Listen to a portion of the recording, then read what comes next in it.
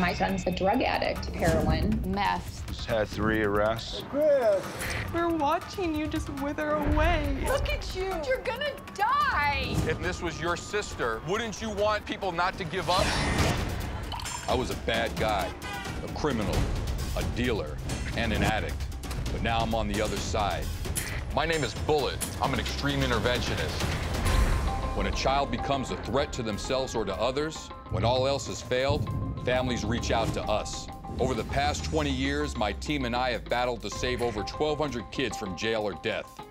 My partner, Tony, he lost his son and brothers to drugs. He's committed to doing whatever it takes to helping others avoid that fate. You're worth it to your family. The madness has got to stop. Lauren, an abusive childhood and reckless youth, gives her the unique ability to connect with kids on the brink. You will never forget this age, ever. Irish Mike, my oldest friend. I rescued him. He was near death, living on the streets. Now he's joined my team. There is a kid out there who really wants it. Some people have a problem with what we do. They say it's upsetting, traumatic. What I say to them, if it was your son or daughter, we're exactly who you'd want to call. We are the Extractors. My son Christopher is addicted to heroin, and I just recently found meth on top of it, so it looks like he's doing meth. He's overdosed a couple times in the last couple years. If he doesn't stop, he will die.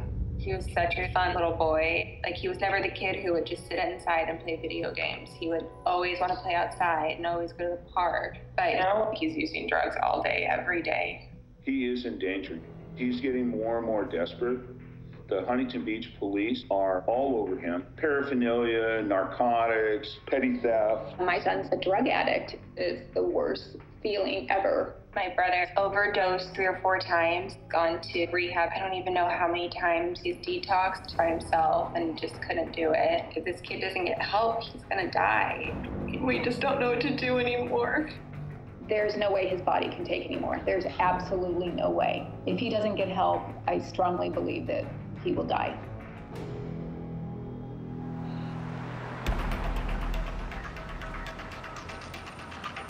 This isn't gonna be an easy case, I'll tell you that right now.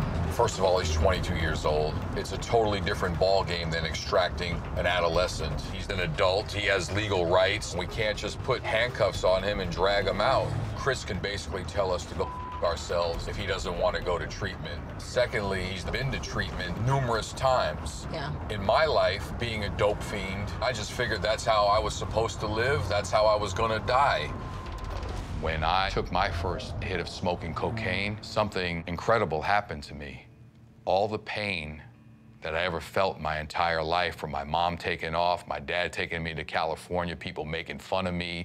When I took that hit, it all disappeared, man. I felt whole again. I felt connected with the world. If he's anything like me, Chris is anesthetizing himself from his feelings. For me, it stopped working. It's going to stop working for Chris. Hopefully we can find some part of him that he still finds redeemable, whether that be his relationship with his family. I'm not sure what it is, but we have to find something that makes him feel worthwhile. Hi, Linda, hi. How you doing?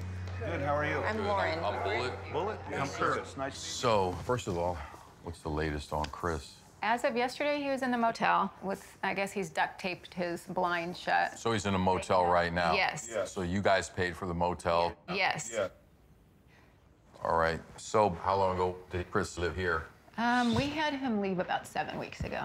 In the course of that 7 weeks, he's had 3 arrests. What did he get arrested for? Twice for possession of narcotics, twice for controlled substance, paraphernalia, shoplifting, petty theft. So these are open cases right now? Yes.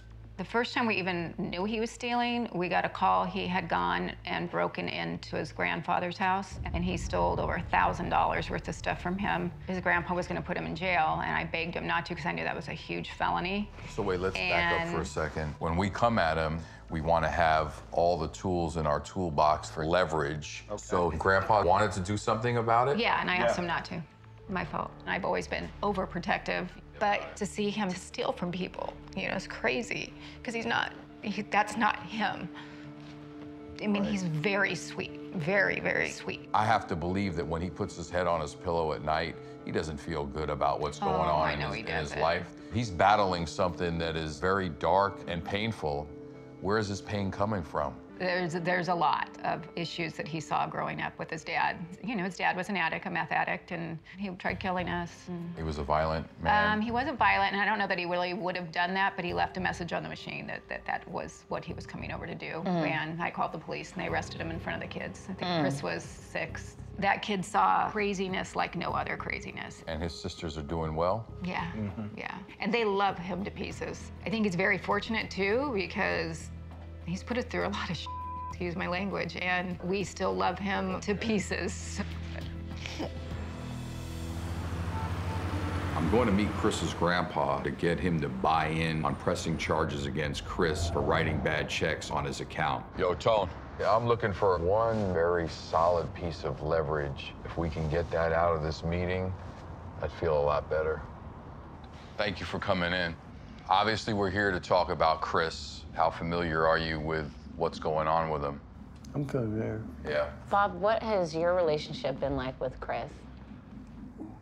I love him to death, okay? I'm always, when I do see him, please come see me, please come see me. Okay, Pop, okay, I'll see you. But he don't come. I know he's still guilty of the deal he pulled against me, you know? You know, I try to tell him that's past. I'm glad you're bringing this up right now because you, sir, you hold a very important key with the checks, the bad checks that Chris wrote. We're not here to get him in trouble. We're here to help him. But the fear of getting in trouble sometimes motivates somebody who otherwise wouldn't be motivated. It's not that you're gonna press charges. It's leverage to get Chris to go along. That's what this leverage thing is all about. Here's the fork in the road right here. Option A leads to hopefully the promised land, and option B leads him to detoxing on the floor of the county jail. Which way is it gonna go, partner? Are you okay with that? Are you willing to back us and press charges against Chris if he's unwilling to go to treatment?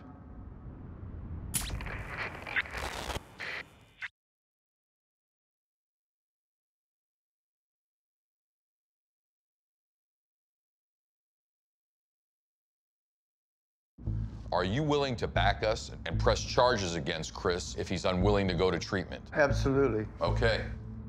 I'm 86. I haven't got many more years to go. And I'm there for you to save his life. I hear you. We're failing at it. If you can do it, do it.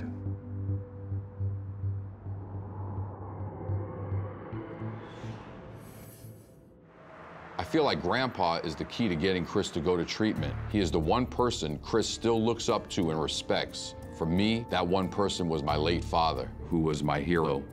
My pops was the only one who never gave up on me. No matter how far down I went down the scale, he always believed in me no matter what. And he was the only one. After all the bad stuff Chris has done, his grandfather still believes in him, and Chris knows that. Oh, there goes Bob. For additional reinforcements to reach Chris, I brought in his mother and sister. Good morning. Good morning. Good morning. You're okay? After I had a meltdown. To be expected. Bob, here's what we're gonna do.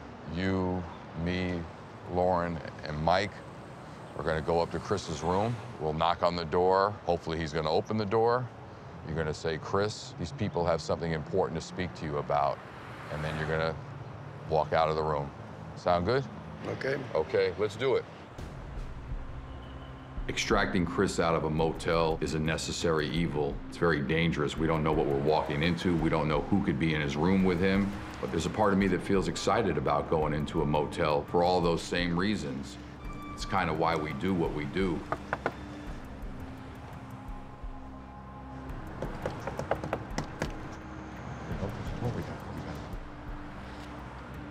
Hey, Chris!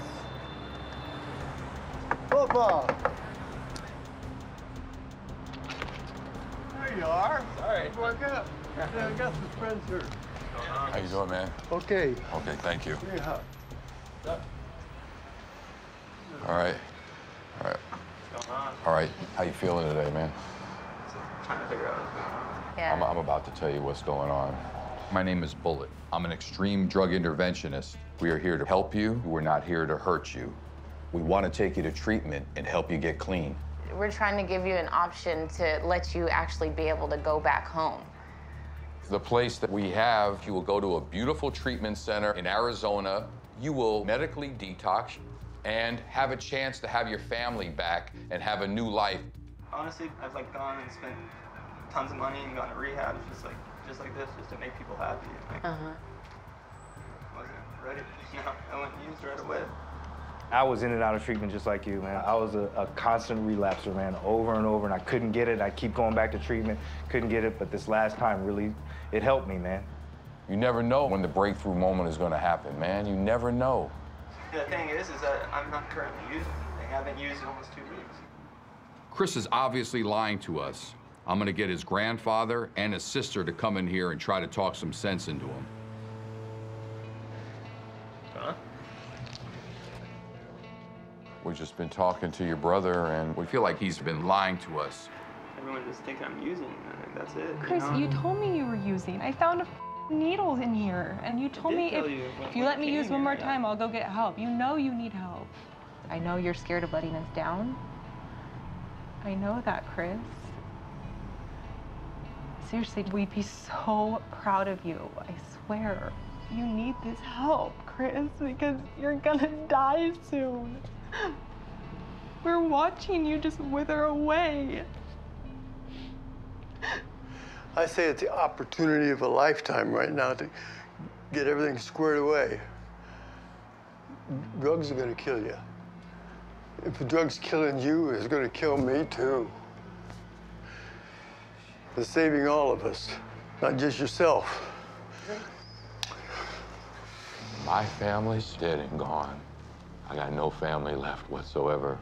Only family I got is the people that are in this room that do this work with me. You still got this beautiful family. You're still breathing in and out. And you've got this grandpa, man. He is so cool. The reality is, it would really be nice in his lifetime for him to see you do this, man. I haven't got many more years to go, and I want you to be part of my life. Chris, aren't you scared of dying? Aren't you scared of leaving us? Aren't you scared of just breaking our hearts? That's where you're headed, dude. It's just inevitable. You talk to people and they're like, no, he's going to die if he doesn't stop. Chris, we've... You know, I understand, but I mean, I'm telling you, like, as of this second, I'm not gonna go walk out that door and go to Arizona, you know? I'm not taking no for an answer. It's time to turn up the heat.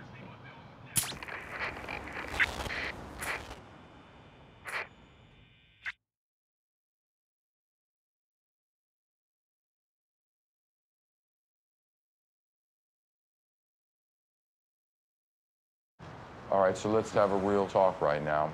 We've tried the soft approach, and Chris isn't listening. I think it's time we bring in some leverage. If you choose not to take this opportunity, this motel room is gonna be gone and toast. You're not gonna have it anymore. Your grandfather's willing to press charges for the forged checks, which could get you into the county jail for a period of time without bail and detoxing on the county jail floor. I've been locked up, man, and I've seen dudes get their throat slit, dudes getting raped in there, man. I've heard that at night. You went to jail just for a little bit, right? Like a day? Yeah. Here are some pictures that I want to show you. That's kind of what your accommodations would look like. Here's a cell where some went awry. And then, of course, we can't forget who your cellmates would be. You know what these cats are going to do, right? But why even risk that? If we're telling you you have an opportunity to kill all that insanity, why even risk that?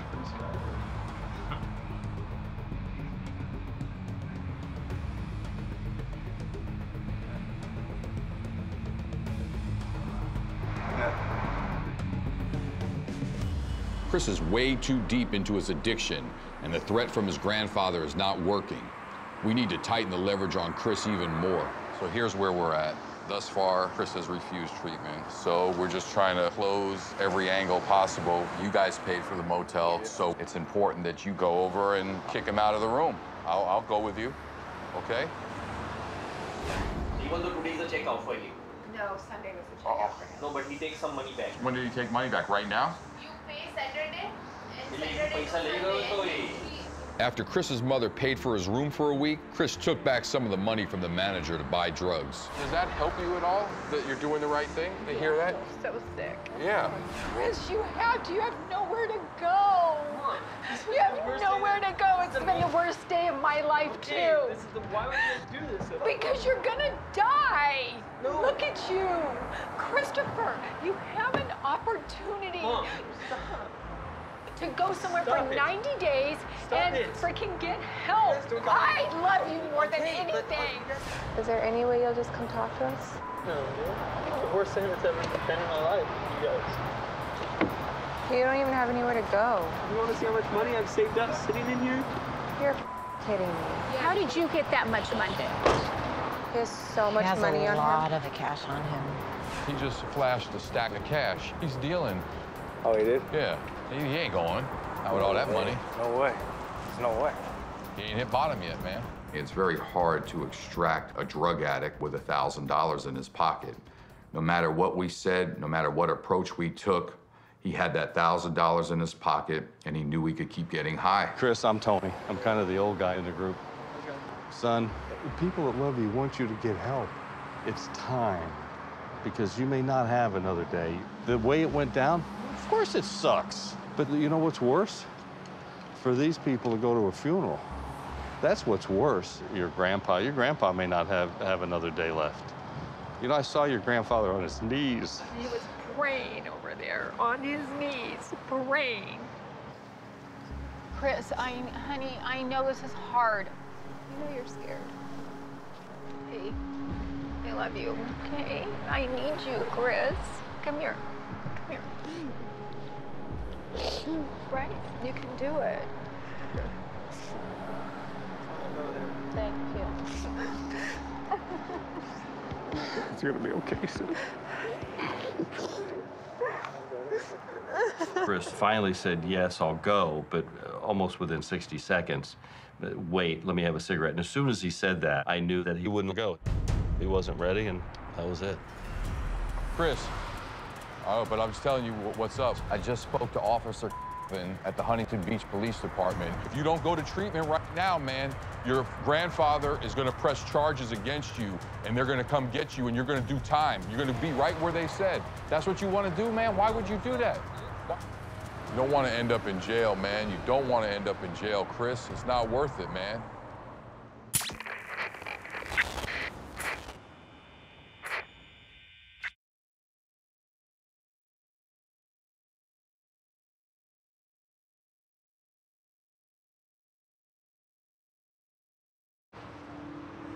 You're using any excuse you can, man. It's us, it's your family, it's everybody but you. It's everybody but you, man. Hey, look, hey, we tried to talk to you nice, that didn't help. Your grandfather who's 86 years old, we're trying to get you to a good place, a nice place, a beautiful place, man. Why would we do this? Because a lot of people say no at first, and then they... I don't want your help. Just leave me alone, dude. I don't want it. That's irrelevant to me at this moment. What is important to me is the pain I've seen your family go through. If the shoe was on the other foot and this was your sister doing what you're doing, wouldn't you want people not to give up? Wouldn't you want people not to give up and keep trying to help her? If this was Brittany? Chris, don't do this to your family.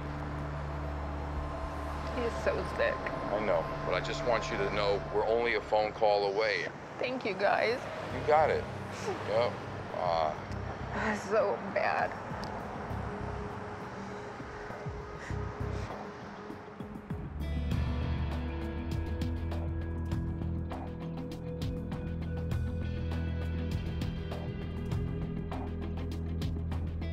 I was glad Chris was still alive. I was glad he was still breathing in and out.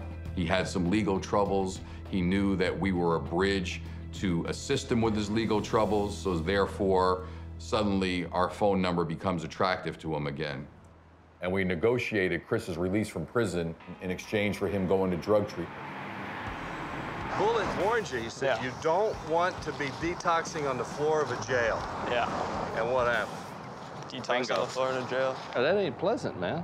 Jail wasn't fun at all. but it's something in which I feel maybe needed to happen to open my eyes. Who's that? I present you. Hi, baby. I just want my life back. I mean, I lost my job, lost my car, lost my friends, lost my family. What's up, buddy? Nobody wanted to talk to me. Just ended up alone. Hi. Using has taken everything away from me. I'm excited to get all that stuff back.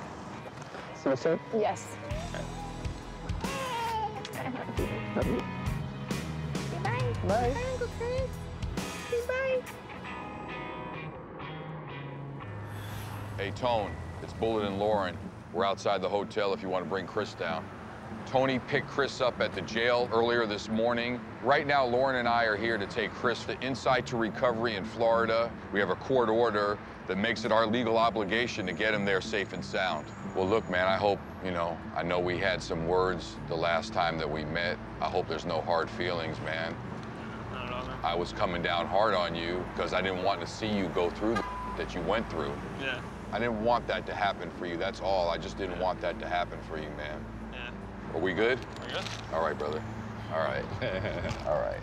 I don't know what the future holds for Chris. All right, let's hop in. I have grave concern about his future, but a lot of people had grave concern about mine. If somebody like me could get clean, Chris can certainly get clean.